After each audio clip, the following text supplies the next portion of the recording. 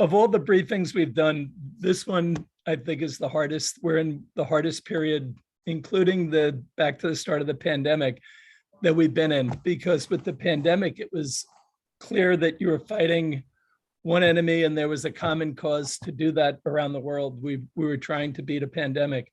What's going on right now with the issues in Ukraine are just very different than anything we've dealt with. Coming on top of a financial crisis and a pandemic, it's created real challenges. Today, I want to focus on China and the rest of the world. And really, it's about how China plays this will determine a lot of the way the geopolitics, the economics, and the social aspects of the world going forward will be determined. And I don't want to overplay China's role, but right now they are sitting in a critical spot. And when I'm talking about this, I'm really talking about their impact on all three of those areas: society, the geopolitical dynamics of the world, and the economics that we're faced with. So let's jump into it. China right now is in a spot where they have clearly said they're facing new downside pressures and challenges with a lot of complexity and uncertainty. That statement sums up, I think, the issues that we're feeling around the world right now, of a lot of pressure going to against what felt like coming into this year a more positive environment. We're moving out of the pandemic and starting to get back to normal flows. Now we're actually moving back into a period where the pressures on the economy, the pressures on the world are rising. And so this chart shows the GDP growth back to the 1980s for China.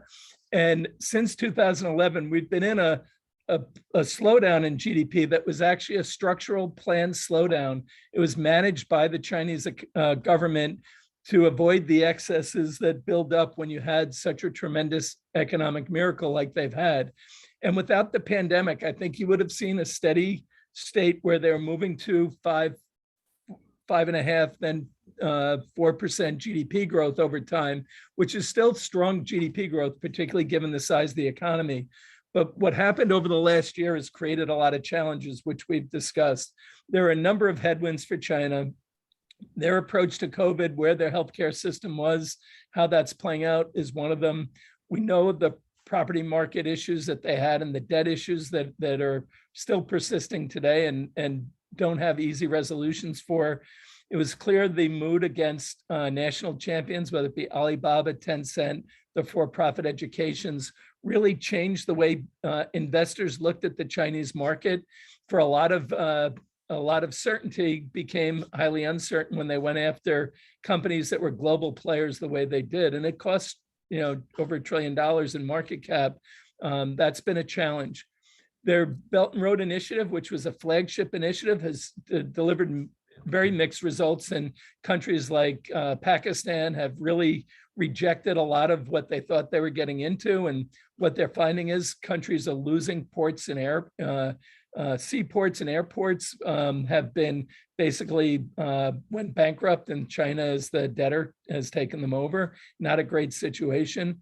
The demographic profile of China has been structurally a problem for some time and continues to hurt them, and will hurt them, in our view, for decades to come. I think right now the big issue is the statement that was issued before the Olympics started, the joint statement of the Russian Federation, the People's Republic of China, talking about the new era and the global sustainable development that we're in. They see that international relationships have to change because they don't like the mix between the West and them. So that's a big issue. And I think their support of Russia has been hurting them from an image perspective. Even though they say they're not supporting Russia, they're not supporting anybody. I think that issue is one that is coming to play, and how that plays out with corporations is a big issue, because I think one of the big surprises was how the Russian sanctions were supported by corporations all over the world, how aggressive they were without really the government pushing them. And I think China's really looking at the implications of sanctions their way and what it might mean. So a lot of real issues. I want to just touch on them. Interesting about their zero COVID, when they had the spike up in cases, it coincided with the end of the Olympics and the start of the war in Ukraine. The numbers have come back down. They just locked down another city today. Bill, you've talked to Glenn Grossman, and I think he viewed China's zero COVID policy as one of the economic headwinds for the global economy going forward, because he thinks they are going to be in a prolonged period of challenges. He's doing a call this week that I'm going to listen to, but I think this is one of the areas that China's not out of the woods on yet. It's not as bad as the press might make it out to be, but it's not a good situation given where they are with COVID. The demographic challenges are significant. After a very strong run in population growth, you started to see the effects of the one-child policy kick in as they flatlined. In 2020, they had new births of about 12.5 million. Last year it was 10 million people. To get to the right replacement rate for births, they need to be at about 28 million. So they're well below replacement rate right now, and fertility rates are way too low. And you add to that, they have another demographic challenge of the percent of women, because of the one-child policy is a little bit low, and there's a 35 million gap between people, males and females that are single, and in marital age, prime marital age, it's almost 18 million people. That doesn't set up for improving demographics going forward, and layer that on an immigration policy that doesn't welcome immigrants, and you have a real demographic time bomb. So I mentioned the sanctions being a big issue, and China is not Russia when it comes to sanctions. I think everyone needs to be clearly aware of that. But you know what happened when the way it hit the Russian economy, and I don't think Russia thought the sanctions were going to be as effective and as hard, because they didn't think that the West was going to come together the way they did, particularly the NATO nations rallying behind it.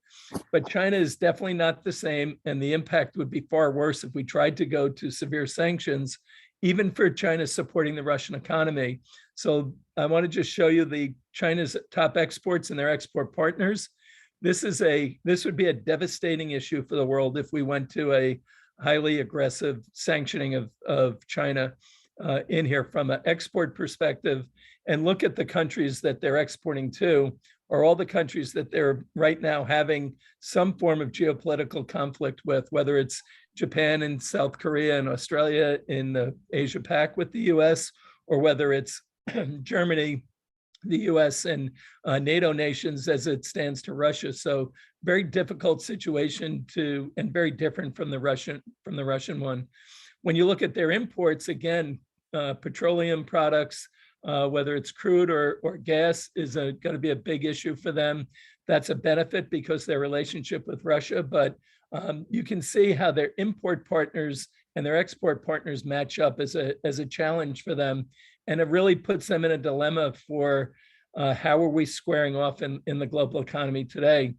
China's desire is to be treated more as an equal, if not as superior to the rest of the world, but certainly wants equal billing with the US right now and doesn't feel they're getting respected the way they should, which is why I think President Xi is in a very challenging spot to determine the PR battle plus the geopolitical battle he wants to fight with the rest of the world. They view sanctions as a major threat, and whether Putin said it's a weapon of it's economic warfare, I think China views it the same way. In two big conferences, the first one was last week, and Premier Li is one of the key voices you want to listen to, making a not so veiled threat that sanctions will hurt, and then the rest of the world. And then even the following the Chinese view of the call between President Xi and President Biden last week really make the case that sanctions are a very dangerous thing for the rest of the world. And they're positioning themselves as if it happens, it's not because of them doing it. I think this is going to be a key area that we're going to have to see how it plays out. There are tailwinds for the Chinese economy too, so I want to be balanced about this. Their financial strength they have to support their economy is quite strong. They are sitting with a lot of foreign reserves that will allow them to support their economy. They did not take the steps that other countries did, like the US, Europe, and Japan last year, to put 50% or more of their GDP to work in terms of fiscal and monetary stimulus. China was much more targeted, which made their inflation pressures more manageable this year, notwithstanding the rise in energy prices. Their role in the global supply chain system is still critical. which is part of the challenge from the COVID issue, is what it might do to another round of supply chain issues. But we can't underplay their role in this area. They've exported their manufacturing and infrastructure expertise, and they've done that effectively, except as the Belt and Road is starting to weigh on some other people. But I think the big issue right now, and it is a tailwind for China is an alternative to the West. And a lot of autocratic nations, but not necessarily autocratic nations, but non-NATO nations, whether it's have found the US to be displaying a lot of hypocrisy in their foreign policy. They view China as economic patronage without the moral strings that come along with it, that the US ties to a lot of our support. And it was really highlighted by the fact that Mohammed bin Salman didn't take the call from Biden and reminded the West that while Saudi Arabia is lacking many things, options of where to get support is not one of them. And that was a unveiled threat that they can go to China and other areas very quickly to get what they need. So this is a really complex geopolitical environment that's compounding the issues on the economic side, which are now flowing to social issues as we have displacement and migration coming at a fast pace. So for us, where do you put capital work in this environment? It's still a quality focus for us. This is a period where is the bottom in or not is going to be raised quite a bit. And I think you want to stay really grounded in how you're reacting to headlines right now. There's too much uncertainty and too much volatility still at work. So we favor staying at home in the US versus going to the rest of the world. If you recall, at the start of the year, people were very favorable on Europe. We were less so in that area, but now I think Europe is going to be a real challenge. I think you want to focus on equities in this environment, in an inflation environment, over bonds. We've just seen in the last week, you've seen the 10-year bonds have lost about 4% of their value from the 50 basis point move that we've had in this short period of time. There are opportunities, though, in the credit area, particularly in distressed credits. And even Howard Marks and his team, I understand, were making investments in the Evergrande and some of the China property issues. You need to have the wherewithal and the time frame and time horizon and cash to be able to play those areas. So if you're going to take on high risk investments, risk budget really appropriately in this environment. You guys know our feeling towards technology, particularly as it relates to electrification and digitalization, big drivers. Defense, energy, both fossil fuels and others are going to be essential. Commodities are going to be a real challenge, particularly if the East and the West bifurcate the way they might, even if it's not geopolitically as much, but even if it starts to get economic divides, that's going to create scarcity on commodities. And you'll see stockpiling and other issues going on where countries are going to mandate how their supplies are used. I think that's going to be another threat that comes out economically. Industrial companies are going to be big plays. And I want to just add that right now we're seeing a lot of interest in M&A buybacks and dividend payments because companies are in a position where they're benefiting, but they want to return to shareholders so that they can keep, it's one of the best options they have where to put money, particularly if you think your company's undervalued. So I'm going to stop there, Mark, and open it up to questions. I see we have some things in the chat. Great.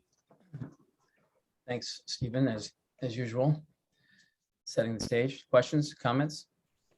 Stephen, the sanctions against China, wouldn't that be the equivalent of economic mutual assured destruction? I mean, it's just so intertwined with the US economy as well as the European economy. Yeah, you can't sanction China the way you sanction Russia, but I think the world's going to be faced with a really difficult choice, Adam. It depends on how this war evolves. And I think, before this formal 11 o'clock started, Bill asked me if I thought the bottom was in and for equities, and it may be for the week or two, but there's so many big choices for governments to make that are fraught with the possibility for real missteps that I think you have to really err on the side of caution right now. I think this is an environment where you want to give up the upside, a little of the upside to protect your downside, because this could spiral in a way that that one miscalculation could take us down a path that we don't want to go, whether it's militarily or economically. And you need really rational decision makers at a time that people are very emotional. So I think it would be mutually assured destruction for a while, but so is nuclear war too. So I think we're in one of those states right now where this is what makes it so difficult, because you're really seeing a fight between ideology too, that is hard to deal with. And at the same time, China and Russia don't like the way the balance of power exists since the Berlin Wall came down, and really since the end of World War II. And they want to get to a new world order. And how that plays out is going to really be left to be seen. It's going to take some time to make that determination. So Thank not you. a clear answer, but this is the hardest, as I said, I think this is the hardest period we've been in over the last, even back to the financial crisis. So, Stephen, the types of sanctions that you see that the U.S. would do to China, they probably wouldn't be direct. They'd be more of an indirect, where they're going to be probably doing more onshoring back to the U.S. to kind of hide the direct impact to the sanctions. I think that's the issue with sanctions is with China. When I showed the trade that's done between the nations, and how critical these supplies are to everything. This is everything that uses chips, everything that we use every day to improve productivity, to communicate, to run your governments, to run your businesses, requires output from there right now that we don't have secured supplies for. So we're not going to get there unless it becomes a East versus West type of thing. Or if they put too much support or give weapons to Russia, which they say they're not doing. But I don't see this as a real issue because they are not Russia. And it would be mutually assured destruction for the global economy. But then the hope is that the leaders come out of that better than the rest of the people do. And then you have an even better, stronger position to work from. And I think that's the same calculus that people use for regular wars. So I think it is a real issue. And I don't think we're prepared for it on either side yet. And I think the Ukraine situation has highlighted the impact on this. And the other challenge for that is it's going to create some really strange bedfellows, in that if Russia, which is in pretty good standing in the Middle East right now, creates another food crisis for them, or it's perceived to create a food crisis for them, then that could change the calculus of geopolitics in that region as well. If they're successful in blaming the West for that, then life goes on. So I think we're in one of those really unusual periods right now that you're going to see massive volatility, a lot of headline risk that people shouldn't take the bait on. So Will, you want to add a comment or question? Yeah, thanks, Mark. Stephen, thank you for this overview. It's very insightful. I had a question on rare earth minerals, which obviously China is dominant in, and the US is pushing towards the electrification EVs. Do you have any insight? Will certain sectors potentially be untouchable in terms of sanctions, or is there any alternative that you see that's an upside for the US toward moving towards sustainability? Thank you. Yeah, there's a real dilemma, because basically from the time the Berlin Wall came down, we made a decision in the West to favor capitalism over democracy. And we also had some of the environmental issues went to the side when we were really focusing on growing the global economy and everyone benefiting from it. And I think what you've seen with the sanctions on Russia is they've done everything but energy so far. And there's discussions in the paper today about do we really bite the bullet? And the issue is, are you cutting off your nose to spite your face in terms of Europe with energy? And right now, because of where the rare earths exist and where they're refined is very much dominated by China, we're not in a good spot for that. The US and others are going to start stockpiling, but there's really two Western mines that are of any scale, which is the Lynas mine in Australia and MP. And and they're not able to scale up enough fast enough, and we're too far behind in refining and other things. But that is a big push, and there'll be stockpiling that goes on there. But I think it would be a problem for both sides because China imports to make the chips. They have to pull stuff out of South Korea too and Taiwan. So these are where the supply chains are so interwoven. It's going to be hard to separate. So you probably will have targeted, but if it goes the way it might go, that it's such a weapon for whichever side has the upper hand. Then you have to go, and do you starve other people out because you choke off their food supplies and all that? This is economic warfare when you do the sanctions in a highly aggressive way. So I'm not sure how it plays out. It depends on how far the countries want to go. And Stephen, the fact that China is not a big oil or energy exporter, how does that factor into what you were just talking about? And is that, is there any? Well, they're a big importer, right? So because they're not an exporter, they're a big importer, and it's their top. I would direct everyone to Bill Deukler's. He had some slides on the trade relationship. It came from the Russia-China angle, but to that point. Yeah.